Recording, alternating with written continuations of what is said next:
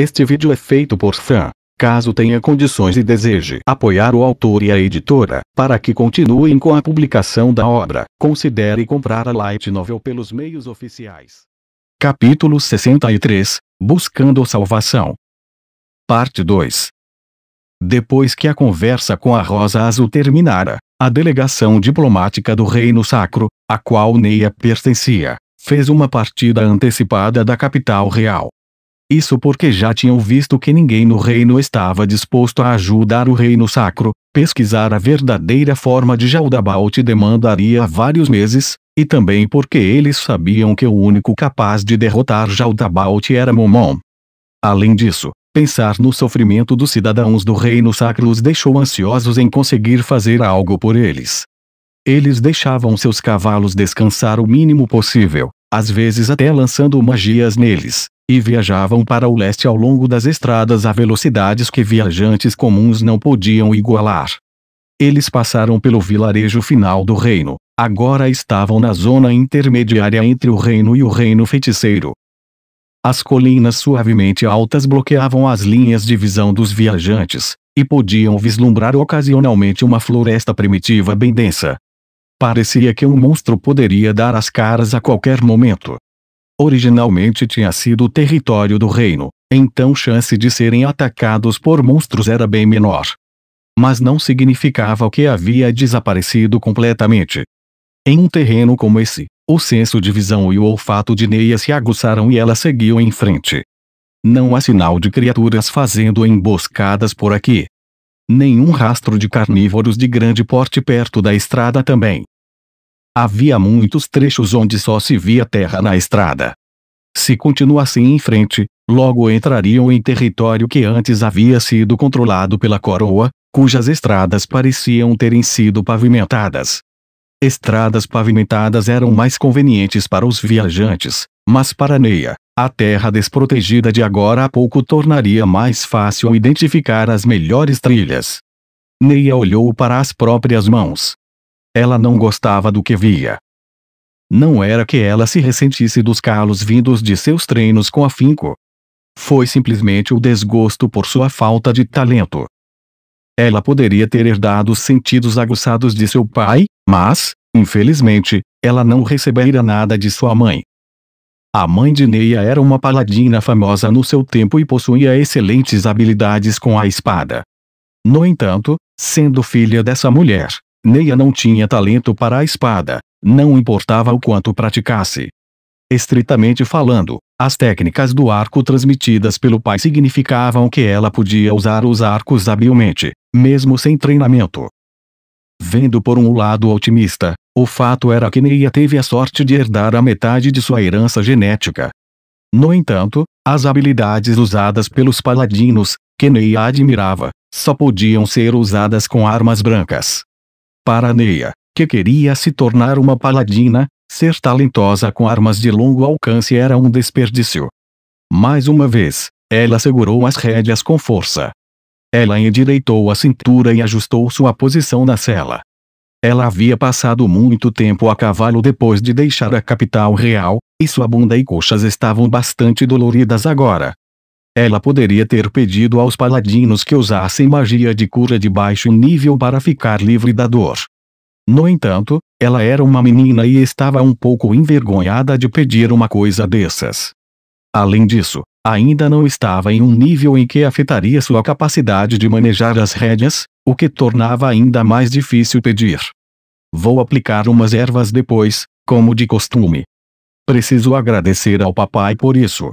No passado, quando eu disse que minha bunda doía, ele veio correndo fazendo aquela cara de mal dele. Eu agradeci. Ah!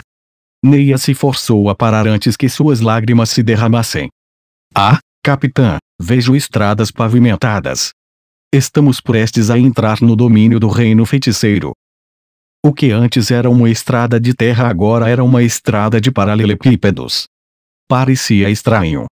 Neia olhou para o céu. Então, vamos cavalgar até o reino feiticeiro. Ou vamos montar acampamento à noite. Se não ocorrerem imprevistos, acho que conseguiremos chegar antes do pôr do sol. Mas podemos ser surpreendidos por uma força invasora. O que devemos fazer? Um momento, já lhe respondo. Remedios puxou as rédeas e seu cavalo desacelerou, e então ela começou a falar com Gustave. Bem, daqui em diante deve ser o domínio do reino feiticeiro, mas onde estão suas tropas? E cadê as fortalezas? Havia fortalezas do lado do reino. Normalmente, haveria fortes nas fronteiras de um país, mas não havia nenhum aqui. Como o reino feiticeiro era apenas uma cidade, eles concentraram todas as suas forças na cidade. O olhar de Neia percorreu ao longo da estrada pavimentada. A suave encosta corria entre as colinas. Ao longe, ela podia ver um pedaço de floresta sem folhas devido ao inverno. Ela lembrou como tinha ido acampar no inverno com o pai.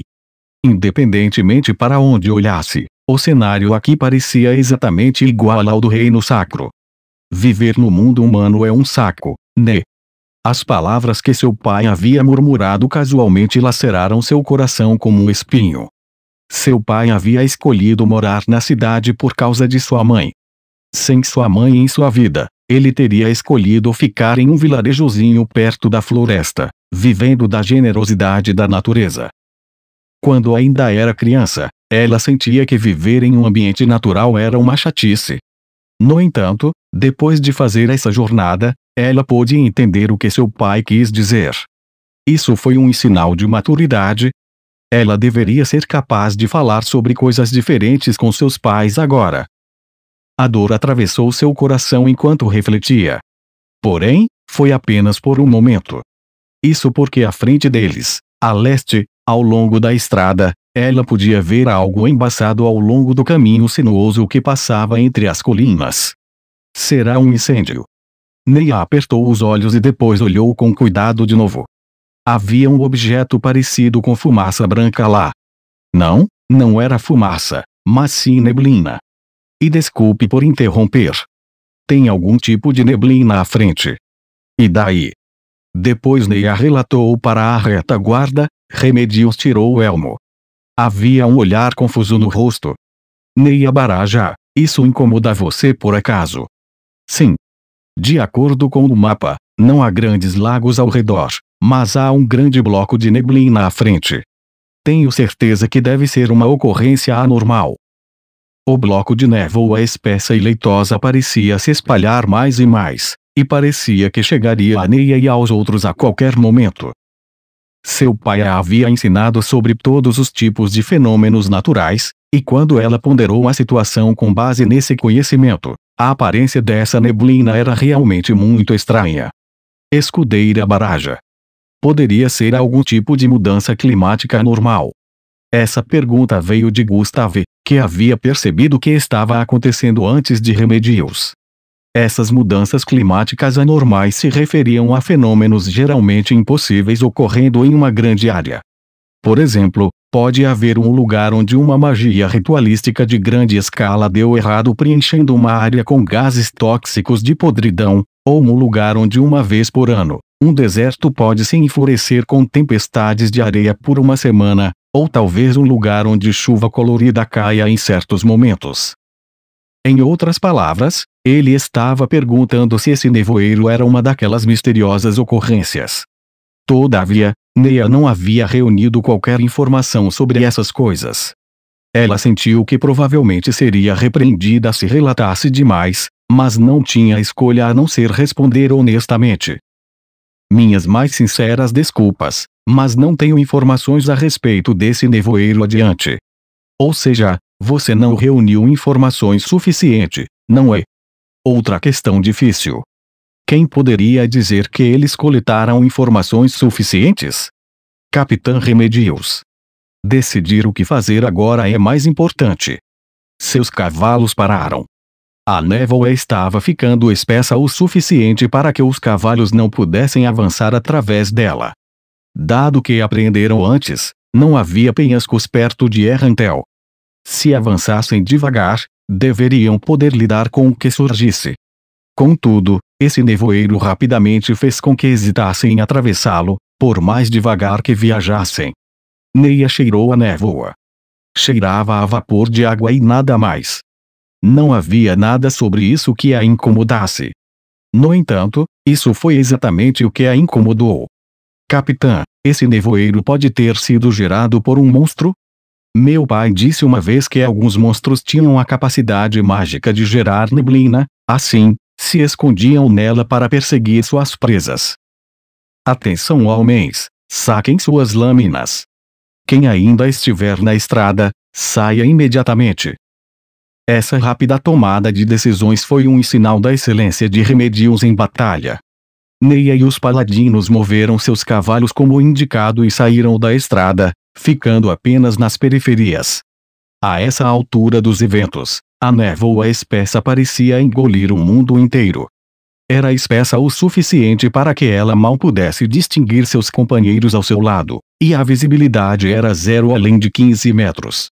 Mal-estar ferveu em seu peito, e ela imaginou que viu espectros no movimento das correntes de ar do nevoeiro. Seria bom se ela pudesse determinar o que estava se aproximando deles pelo som, mas estava cercada por cavaleiros totalmente protegidos. Cada movimento fazia com que o metal de suas armaduras farfalhasse, e isso dificultava a audição de Neia. Sob essas condições, seria muito difícil detectar qualquer coisa que estivesse se aproximando. Segundo a avaliação de Neia, o único que ainda conseguiria discernir objetos por som nessas condições seria seu pai. Quando ela percebeu a grandeza de seu pai mais uma vez, ela desesperadamente levantou os ouvidos para ouvir.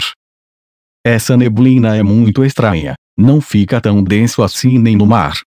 Estamos prestes a chegar à cidade do reino feiticeiro, não? Ainda existem monstros tão próximos dos limites da cidade. Ou essas bizarrices acontecem precisamente porque estamos chegando perto. Eu não sei, será algum tipo de magia defensiva que utilizam. Vamos deixar a magia fora disso, ou minha cabeça vai começar a doer.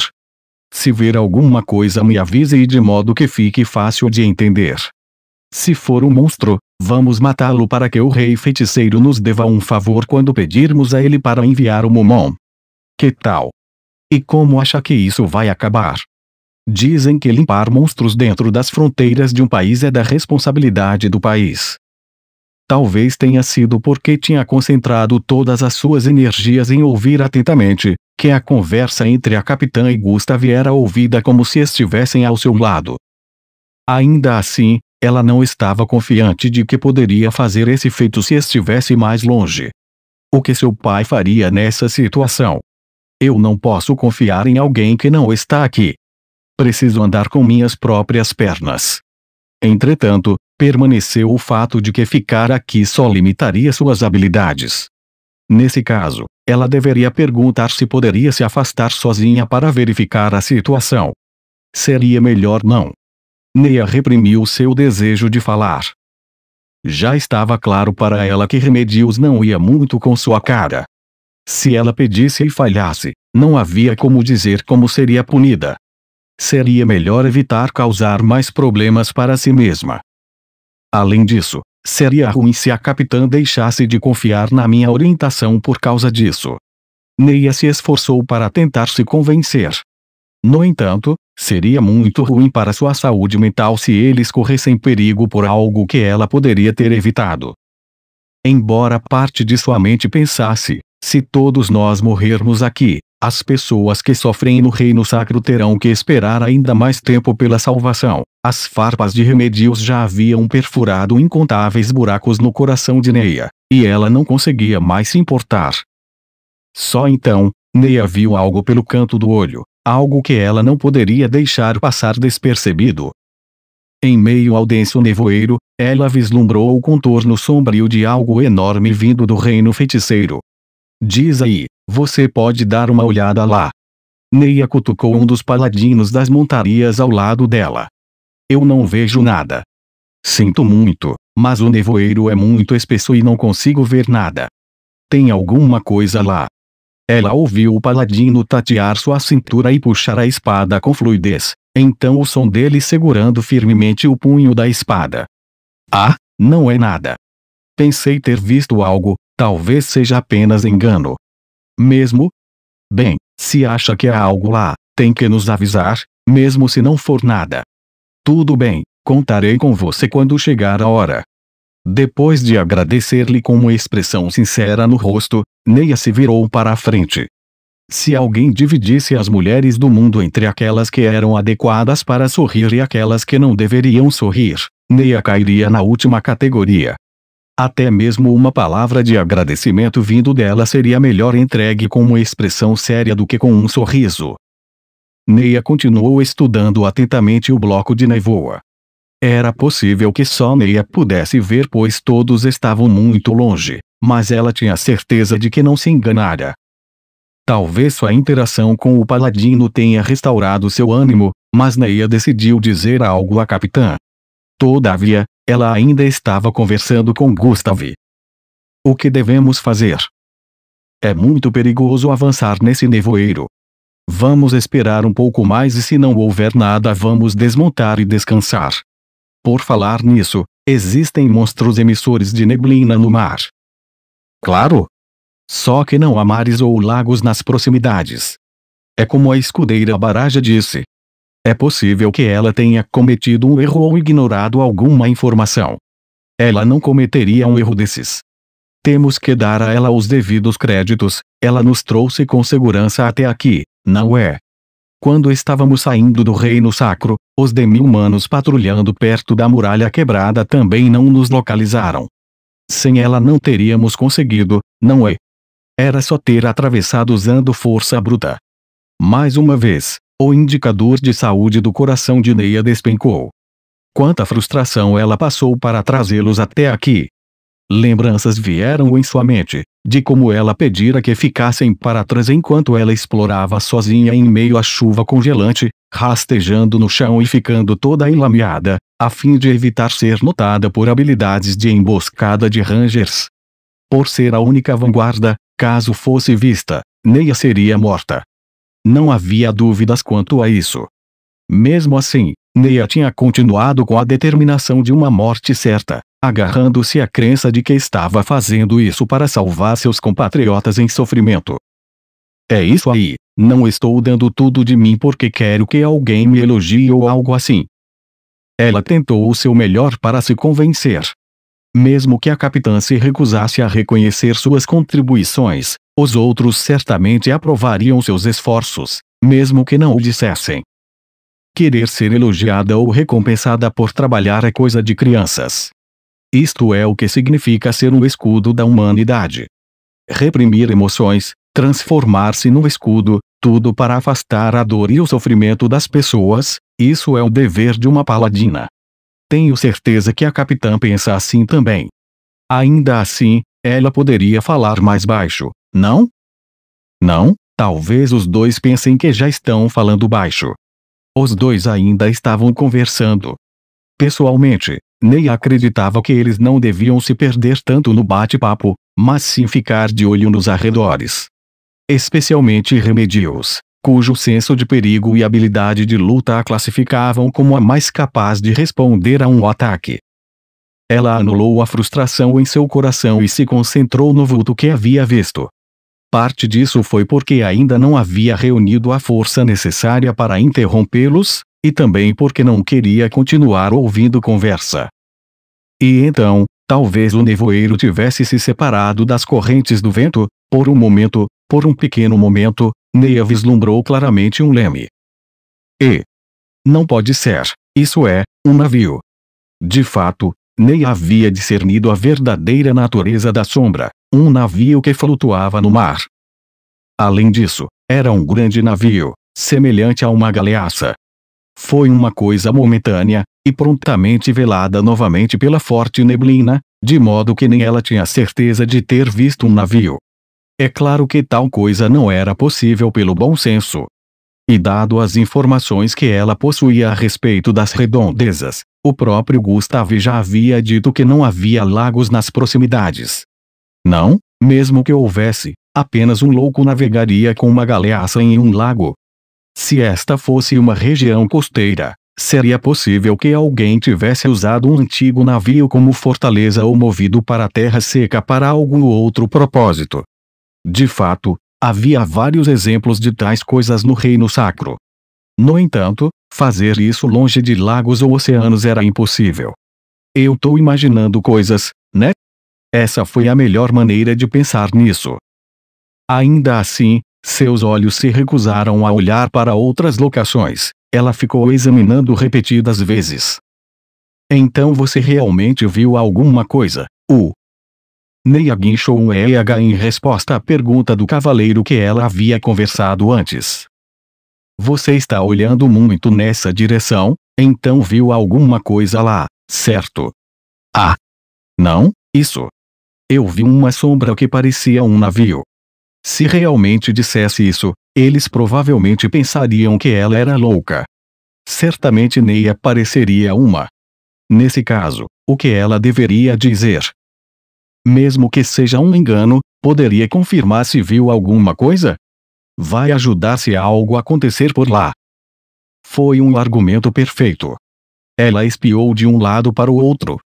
Todo mundo estava ouvindo conversa de Neia com o paladino, e todos olhavam em sua direção. Já que era assim, ela não poderia simplesmente blefar ao dizer eu estava enganada.